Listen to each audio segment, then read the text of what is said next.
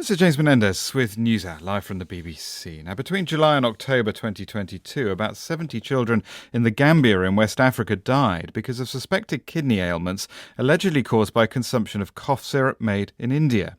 While in the town of Ramnagar in northern India, 12 children died between December 2019 and January 2020, again after consuming cough syrups allegedly containing toxins. All the children were under 5. The BBC's Vineet Khare has been to the Gambia and to India to talk to the families about their struggle for justice and their grief. I always remember his eyes because he was looking at me inside my eyes. I'm also looking at him direct inside his eyes.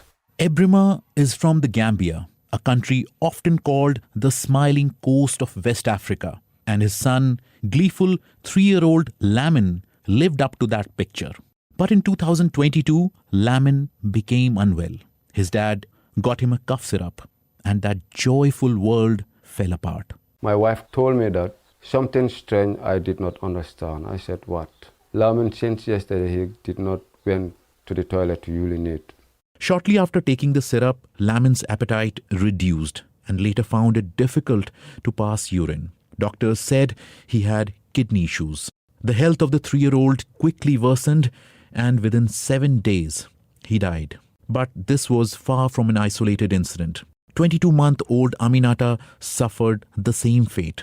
The kidney is not functioning, so they wanted to make this surgery because if the kidney is not working for some days, then the waste product, you cannot urinate, so the urinate will be expanding in the body. Her dad, Momodu, recalls the last time he tried to speak to her on video call as she lay unconscious in a hospital bed.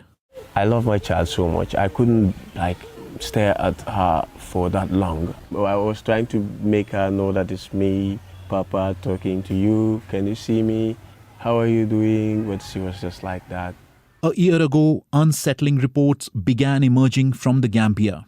Children aged between 2 months and 5 years were dying after suffering lethal kidney damage. The cases were being linked to the consumption of an allegedly contaminated cough syrup produced in India. 4 medicines are cough and cold syrups produced by Maiden Pharmaceuticals Limited in India. WHO is conducting further investigation. The World Health Organization had earlier warned that the 4 cough syrups made by Indian company Maiden Pharma could be potentially linked with the deaths of children in the Gambia.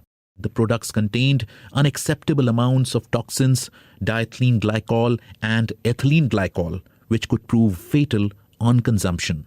Gambian officials opened an inquiry and blamed India-made cough syrups for the tragedy.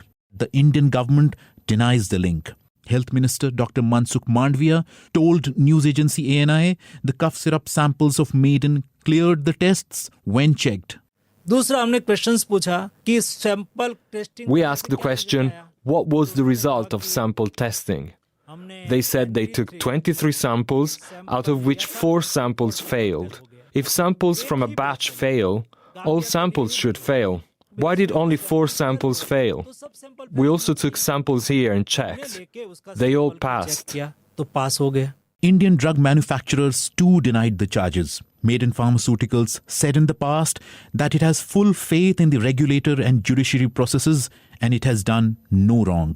In the end, the toxins allegedly killed nearly 70 children in the Gambia and as many as 12 children in India in one case. Families who live nearly 10,000 kilometers apart were now united in a harrowing grief, but also in their fight for justice. The northern Indian state of Himachal Pradesh is home to several pharmaceutical companies. Among them, Digital Vision, that is alleged to have produced the spurious syrup that killed the children, an allegation that its owner, Parshottam Goyal, denies. We are not here to kill children. Why would we kill someone's child? We are manufacturing medicines, not poison. Following police investigation, the matter is in court. The factory reportedly stayed closed for 6 months following the deaths, but it was reopened following a court order. Meanwhile, in the Gambia, despite this tragedy, reliance on India-made drugs is likely to continue. It's far cheaper than having to import them from America or Europe. But families of the victims want to see change. We all have families. If the Gambian people manufacture medicine to send it to India and that medicine caused their death of their babies, would they happy? No. Wherever you are, Indian, Chinese, American, let's respect mankind. In June, the Gambian Health Ministry sacked the executive director of the Gambia Medicines Control Agency, Makiu Jane Kaira, following an inquiry into the children's deaths.